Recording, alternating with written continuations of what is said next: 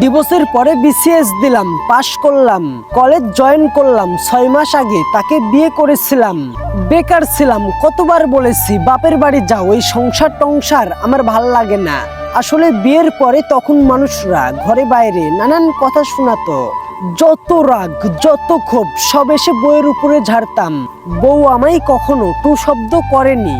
বাড়ির বউ তখনই সবার কাছে প্রিয় হয় যখন সে চোখ থাকতে অন্ধ আর মুখ থাকতে বুবা হয়। না পারতাম নিজের টাকায় বউকে হিজাব কিনে দিতে, না পারতাম ওর শখের কিছু নিয়ে আসতে। এরপরেও বউ কোনো অভিযোগ করেনি। কাগজে মুড়িয়ে 10 টাকার মুড়ি নিয়ে এলেই খুশি হয়ে যেত। তনু খুব করে চাইতো ও মা হবে। ওকে বলতাম চাকরি বাকরি নাই, বোঝো না, বাচ্চা নিয়ে কি আমার বাচ্চাকে আমি চোর বানাবো? ও চুপ করে শুনতো। একবার ওকে বাবার বাড়িতে রেখে আসলাম, যাবেই না। বাইকের পিছনে চুপচাপ বসেছিল সেদিন। মন ভালো থাকলে একটার পরে একটা কথা বলেই যেত। বউ আমার রাগ করেছে, ওর রাগ অভিমানে তো আমার কিছু যায় আসে না। আমার নানি ওকে খুব ভালোবাসতো। সন্ধ্যায় নানি এসে বলল, তনু মনটা খারাপ করে গেল, তুই এখন ওর কাছে যা, তাছাড়া কান্নাকাটি করবেনি। আমি হেসে বললাম, ও যে পরিমাণে ছেঁচড়া, আমি ওখানে গেলে আসার জন্যে গাড়িতে উঠে পড়বে। বাপের বাড়িতে থাকুক, পড়ালেখা করুক, এখানে থাকলে তো ঠিক মতো পড়ালেখাটাও করে না। তনু তখন ভার্সিটিতে প্রথম বর্ষে। সেদিন রাতে বারবার ফোন করছিল। বিরক্ত হয়ে ফোনটা বন্ধ করেই ঘুমালাম। সত্যিই তনু ছেঁচড়া, কোনো মতে রাতটা একা কাটিয়েছে। পরের দিন রাত পোয়াতেই দেখি ও এসে আমার বাড়িতে হাজির। সেই দিন সারাদিন ওর সাথে কথা বলিনি, রাতেও কথা বললাম না। শুয়ে আছি, ও আমার মাথায় হাত বুলিয়ে দিচ্ছে। বুঝতে পারলাম ওর দু চোখে ভিজা। এক ফোঁটা পানি এসে আমার গায়ে পড়ল। কিছুই বললাম না, ও আমার বুকে মাথা রাখবে। ঠিক তখনই আমি অন্যদিকে ঘুরে গেলাম। তনু আমার বুকে জায়গা না পেয়ে আমার পায়ের কাছে গিয়ে বসলো। আমার পা দুটো ওর কোলের কাছে নিয়ে বলল, কি অন্যায় করেছি আসিফ, কি অপরাধ, কি ভুল আমার। ভুল যদি খুঁজেও পাও তাহলে আমাকে ক্ষমা করো প্লিজ। আসলে ও নিজেও জানে না ও কি ভুল করেছে, আর আমি নিজেও জানি না ওর কি অন্যায়। তারপরে ভালোই কাটছিল, কিন্তু দিনের পরে দিন হতাশা বাড়ছিল। বেকার বলে শ্বশুর বাড়িতেও পাত্তা পায়নি। তনু ওর বাবার বাড়িতে অনেক কথা শুনেছে। জামাই বেকার হলে বাবা মায়ের কাছেও মেয়ের গুরুত্ব থাকে না, এটাই স্বাভাবিক। তনুকে আবারও বাবার বাড়িতে পাঠিয়ে বললাম, তনু এভাবে হয় না, তোমারও সময় আছে, নিজের জীবনটা গুছিয়ে নাও, আমাকে ডিভোর্স দাও প্লিজ।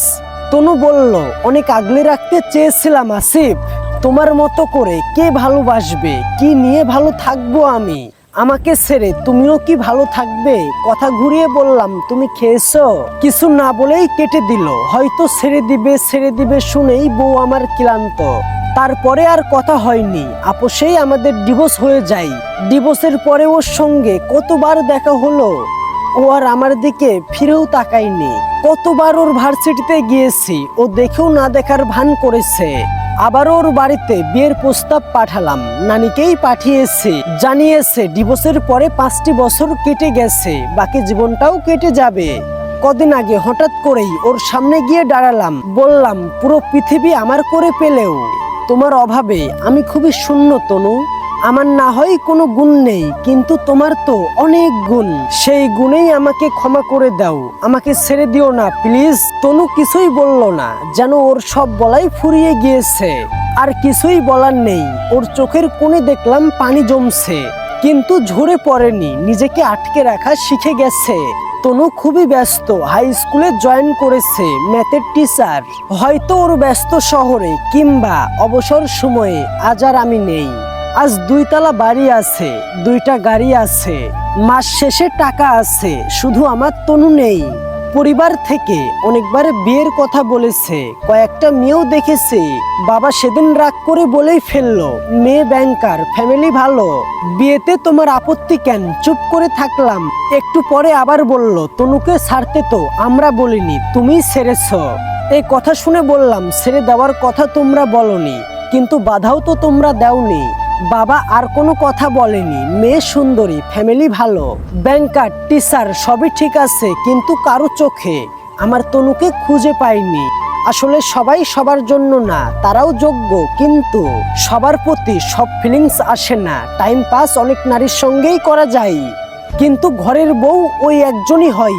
প্রথম বউকে যে যতই বলুক না কেন তোমার চেয়েও ভালো কাউকে নিয়ে আসবো, আসলে তা আর হয় না। যাই দিন ভালো, আসে দিন খারাপ।